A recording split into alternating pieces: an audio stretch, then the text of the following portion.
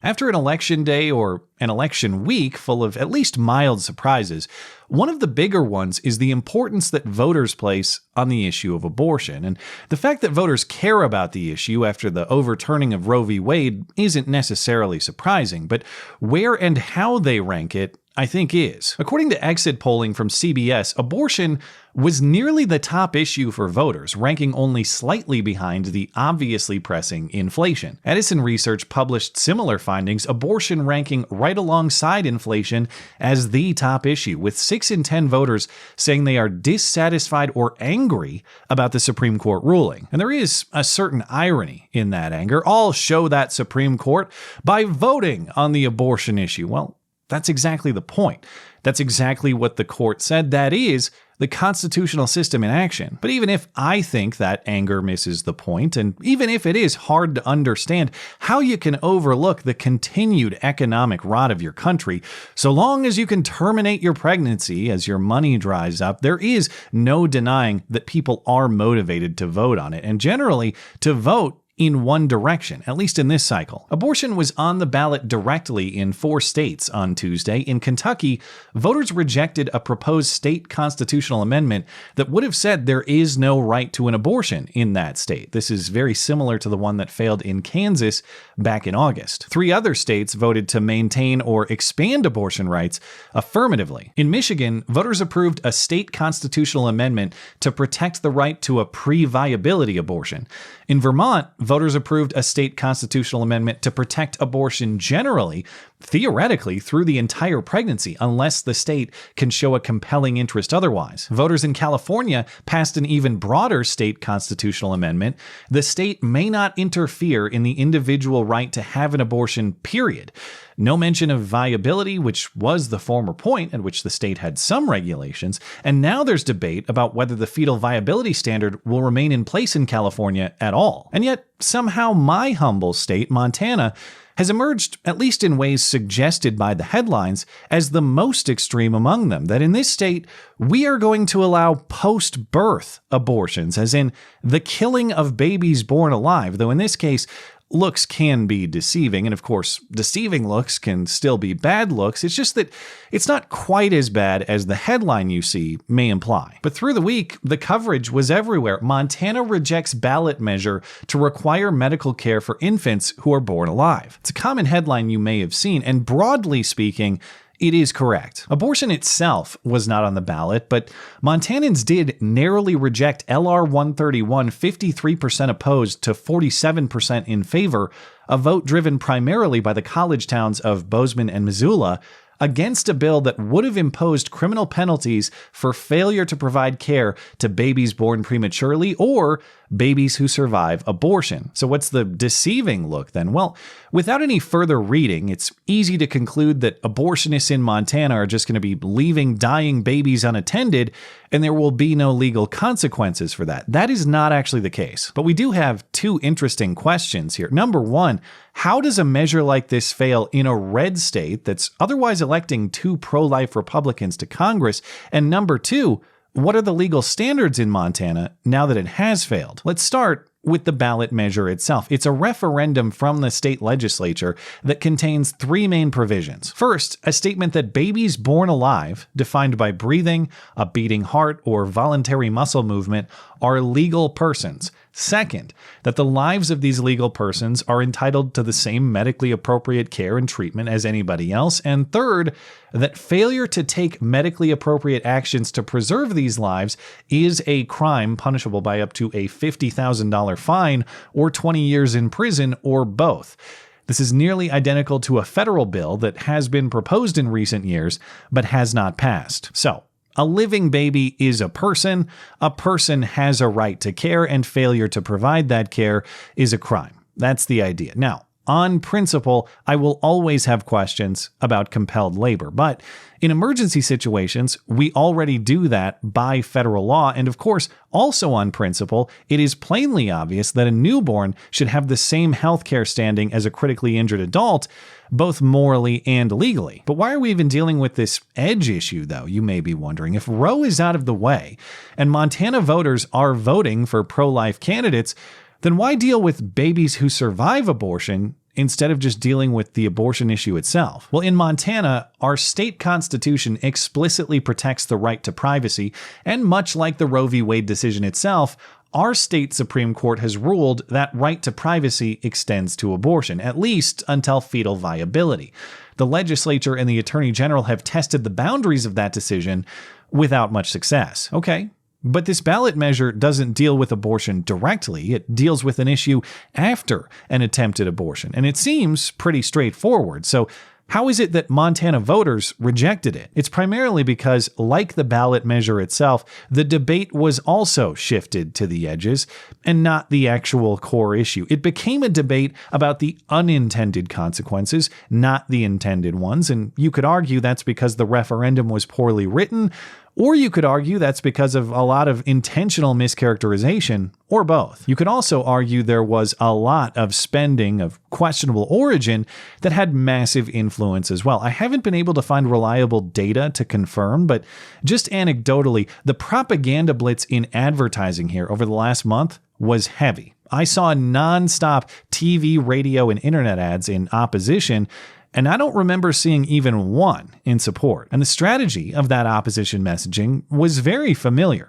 Just get people in lab coats to tell you what to do. Hundreds of doctors and other scientific experts from around the state signed a public letter in opposition to the measure. And of course, actors were paid to put on lab coats on TV to tell you to vote no, arguing that the ballot measure was overbroad, that this proposal, by requiring life-saving care for babies born alive, would require intervention on babies with terminal conditions.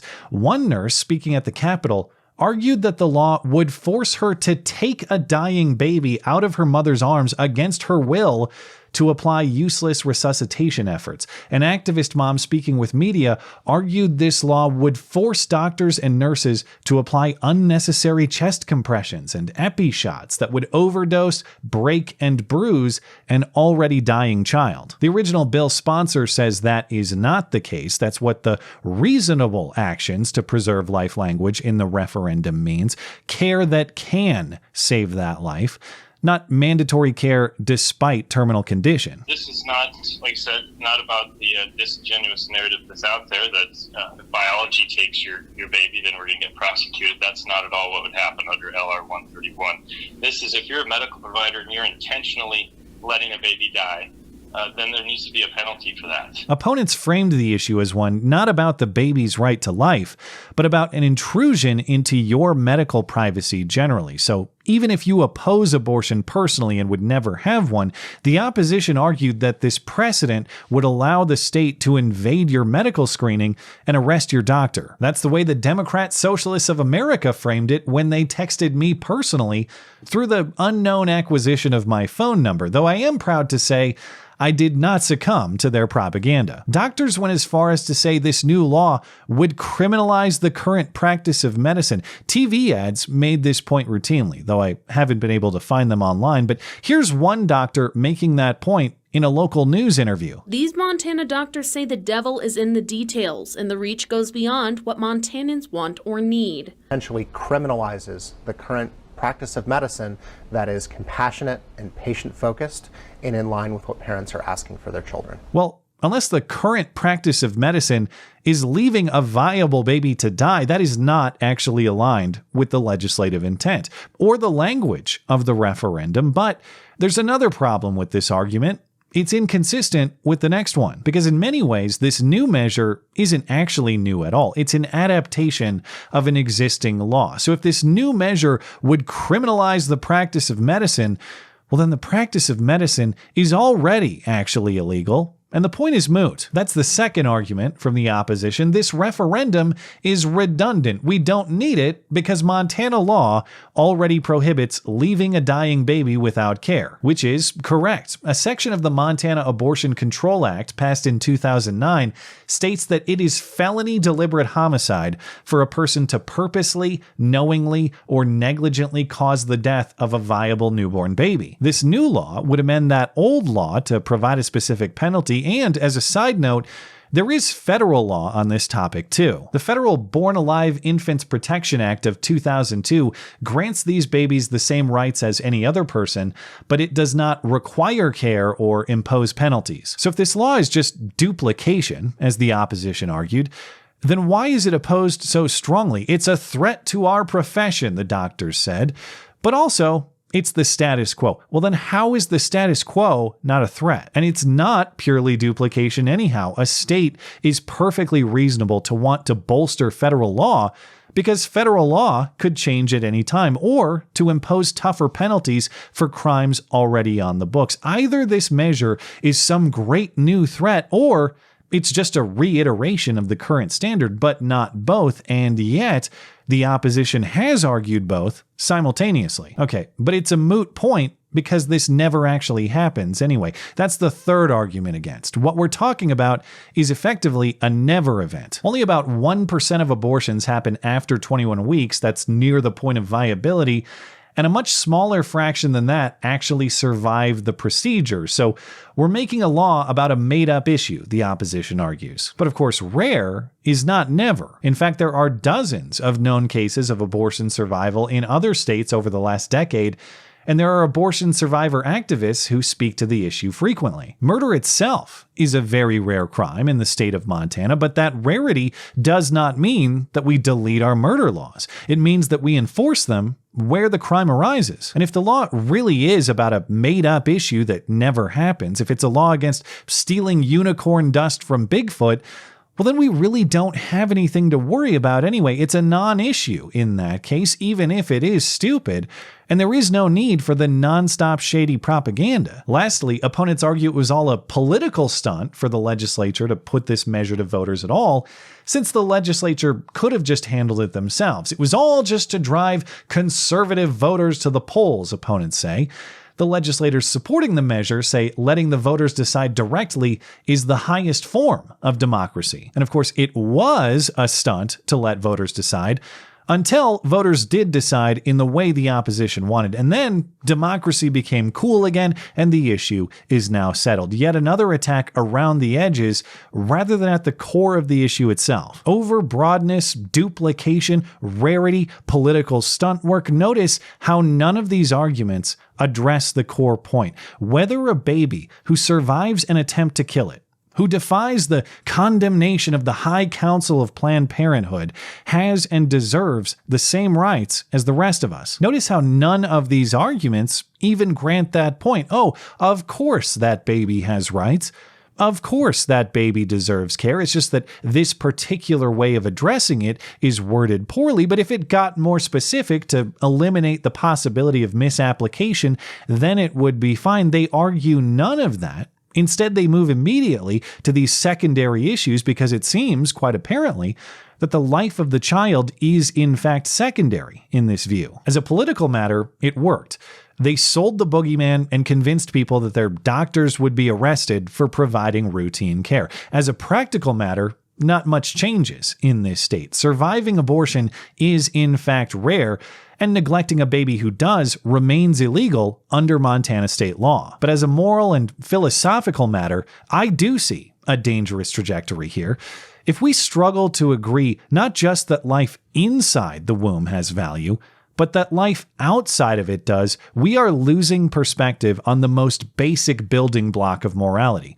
That human life has value, period. Erode that concept and erode right and wrong itself. And beyond that, it is yet another episode demonstrating that for many, whatever the lab coats say goes, that if a doctor says something, it must be right. So if a doctor tells me to vote a certain way, well, then I will.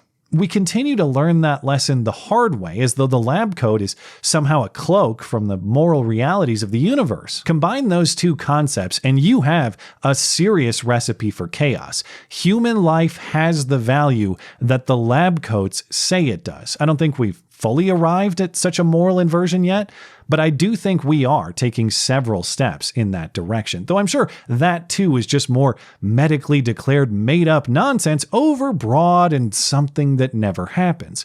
Until it does, and they tell us that's a good thing, actually. Thanks as always for listening and for supporting this channel. Always appreciate that thoughtful discussion down below, and especially over on Minds. That is at ML Christiansen. You're always welcome to coming out and chat in my live streams. Those are linked down in the description. Looking forward to it. Goodbye.